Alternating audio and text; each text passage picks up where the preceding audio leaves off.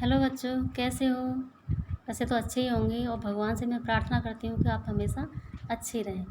तो बच्चों, आज हम हिंदी रीडर की शुरुआत करेंगे। हिंदी रीडर का आपका पहला चैप्टर है और भी दूँ। इसका नाम है और भी दूँ, यानी इसके लेखक हैं राम अवतार त्यागी। इसमें जो लेखक हैं राम अवतार त्यागी, वो अपनी मातृभूमि के चरणों में अपना सब कुछ समर्पित करना चाहते हैं। तो उसी के बारे में ये चैप्टर है।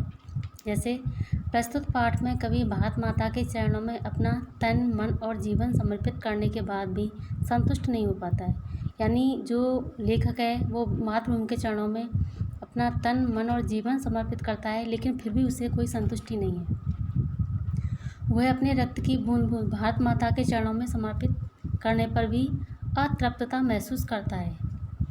यानी भारत माता के चरणों में वो अपने रक्त की एक एक बूंद अर्पित कर देता है, लेकिन फिर भी उसे संतुष्टि नहीं होती है। कहता है कि हे माँ, तुम्हारे ऋण से मैं कभी मुक्त नहीं हो पाऊँगा। मेरी अंतिम इच्छा है, जब मैं थाल में अपना भाल सजाकर तुम्हें भेंट करूँ तो तुम उसे प्रसन्नतापूर्वक स्वीकार कर लेना। यानी वो ये समझता है कि इसमें जो लेखक है राम अवतार त्यागी, वो कहता है कि हे मातृभूमि, तुम्हारा मेरे ऊपर बहुत बड़ा ऋण है। मैं उस ऋण को अपना तन मन सब कुछ समर्पित करके भी उस ऋण को मैं नहीं चुका सकता।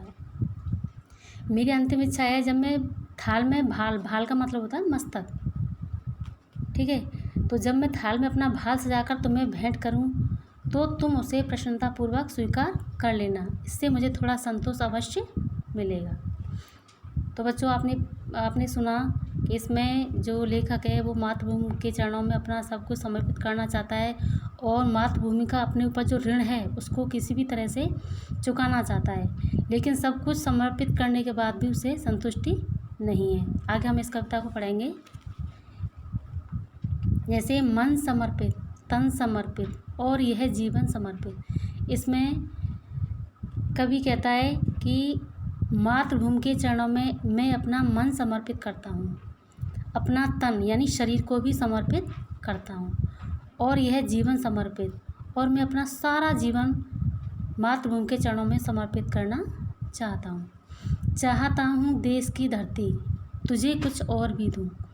इसमें जो कवि है वो अपना तन मन यहाँ तक अपना सारा जीवन मातृभूमि के चरणों में समर्पित करना चाहता है, और वो ये भी चाहता है कि हे देश की धरती, हे मातृभूमि, अगर मेरे पास इसके अलावा तन मन और जीवन के अलावा और भी कुछ होता तो वो भी मैं तुझे समर्पित करने के लिए तैयार।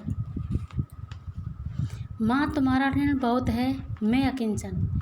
यानी इसमें कवि कह रहा है कि हे मातृभूमि, हे माता, मेरे ऊपर तुम्हारा बहुत बड़ा ऋण है। मैं अकिंचन, अकिंचन का मतलब होता है गरीब, जिसके पास में धन नहीं होता। तो इसमें कवि कह रहा है कि हे माता, मैं तो गरीब हूँ, मेरे पास धन नहीं है, कुछ नहीं है, और तुम्हारा जो मेरे ऊपर ऋण है वो बहुत बड़ा है, तो मैं किस तरह से चुकाऊँगा उस ऋण को? मैं गरीब हूँ, अकिंचन हूँ, मैं किस तरह से आपका इतना बड़ा ऋण चुका पाऊँगा? किंतु इतना कह रहा हूँ फिर भी निवेदन, थाल में लाऊं सजाकर भाल, जब भी कर दया स्वीकार कर लेना समर्पण। लेकिन फिर भी कवि ये कह रहा है कि हे माता, मेरे पास कुछ नहीं है, मैं गरीब हूँ, लेकिन फिर भी मैं अपना मस्तक काट कर आपके चरणों में समर्पित करना चाहता हूँ। वो मातृभूमि से ये निवेदन कर रहा है कि हे माता, जब मैं अपना भाल का मतलब होता है मस्तक, जब मैं अपना मस्तक काट कर और थाल में सजाकर आपके चरणों में समर्पित करूं तो हे माते, उसको दया से स्वीकार कर लेना, मना मत करना। गान अर्पित, प्राण अर्पित, यानी मैं सारे अपने जो गाने हैं, जो प्राण हैं, ये सभी मैं आपके चरणों में समर्पित करना चाहता हूँ। रक्त का कण कण समर्पित, यानी अपने रक्त की एक बूंद बूंद मैं आपके चरणों में अर्पित करना चाहता हूँ, समर्पित करना चाहता हूँ देश की धरती, तुझे कुछ और भी दूँ। और मैं देश की धरती ये चाहता हूँ, हे मातृभूमि, मैं ये चाहता हूँ, इसके अलावा मेरे पास अगर कुछ और भी हो तो वो भी मैं तेरे चरणों में समर्पित कर दूँ। माँज दो तलवार को, लाओ न देरी, बांध दो कसकर, कमर पर ढाल मेरी। इसमें कवि कह रहा है कि मेरी जो तलवार है उसको माँज दो। माँजने का मतलब उसको उस पर धार रख दो, यानी उसको पैनी कर दो। लाओ न देरी, इस कार्य में देरी मत करो भी। बांध दो कसकर कमर पर ढाल मेरी, और मेरी कमर पर ढाल को कसकर बांध दो। यानी जब जैसे एक सैनिक लड़ने जाता है तो लड़ने से पहले वो अपने अस्त्र शस्त्रों को साफ करता है, उनको मांस धोकर उनको उन पर धार रखता है, और जाने से पहले वो अपनी सुरक्षा के लिए कमर पर ढाल बांधता है। उसी तरह से कवि ये कह रहा है कि जब मैं मातृभूमि की सुरक्षा, क्योंकि मातृभूमि का ऋण मेरे ऊपर बहुत है और मैं उसको चुकाना चाहता हूँ, इसके लिए मातृभूमि की रक्षा करनी होगी। अतः जब मातृभूमि की रक्षा करने के लिए वो जा रहा है तो वो कह रहा है कि मैं मातृभूमि की रक्षा करने के लिए जाऊँ, उससे पहले मेरे अस्त्र शस्त्रों को मांस दो, उनको साफ कर दो, और जो ढाल है वो मेरी कमर से बांध दो।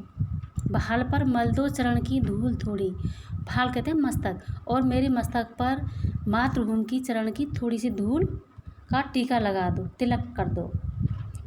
शीश पर आशीष की छाया घनेरी, शीश यानी मस्तक पर आशीष, आशीष का मतलब आशीर्वाद, इस पर मेरे मस्तक पर मातृभूमि की जो आशीर्वाद है मातृभूमि का, उसकी छाया घनेरी हो, घनी हो। तो इस तरह से बच्चों आपने देखा, आपने सुना कि जो कवि है वो किस तरह से मातृभूमि के ऋण से दबा हुआ है, मातृभूमि के ऋण को किसी भी तरह से वो चुकाना चाहता है। अपना तन मन शरीर जीवन सब कुछ देकर भी वो संतुष्ट नहीं है।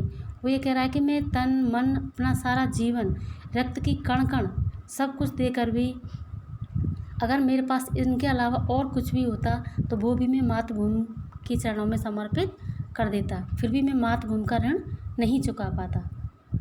ठीक है, तो आज के लिए इतना ही बहुत है। आगे आपका कल मैं इसका हिंदी अनुवाद करूँगा।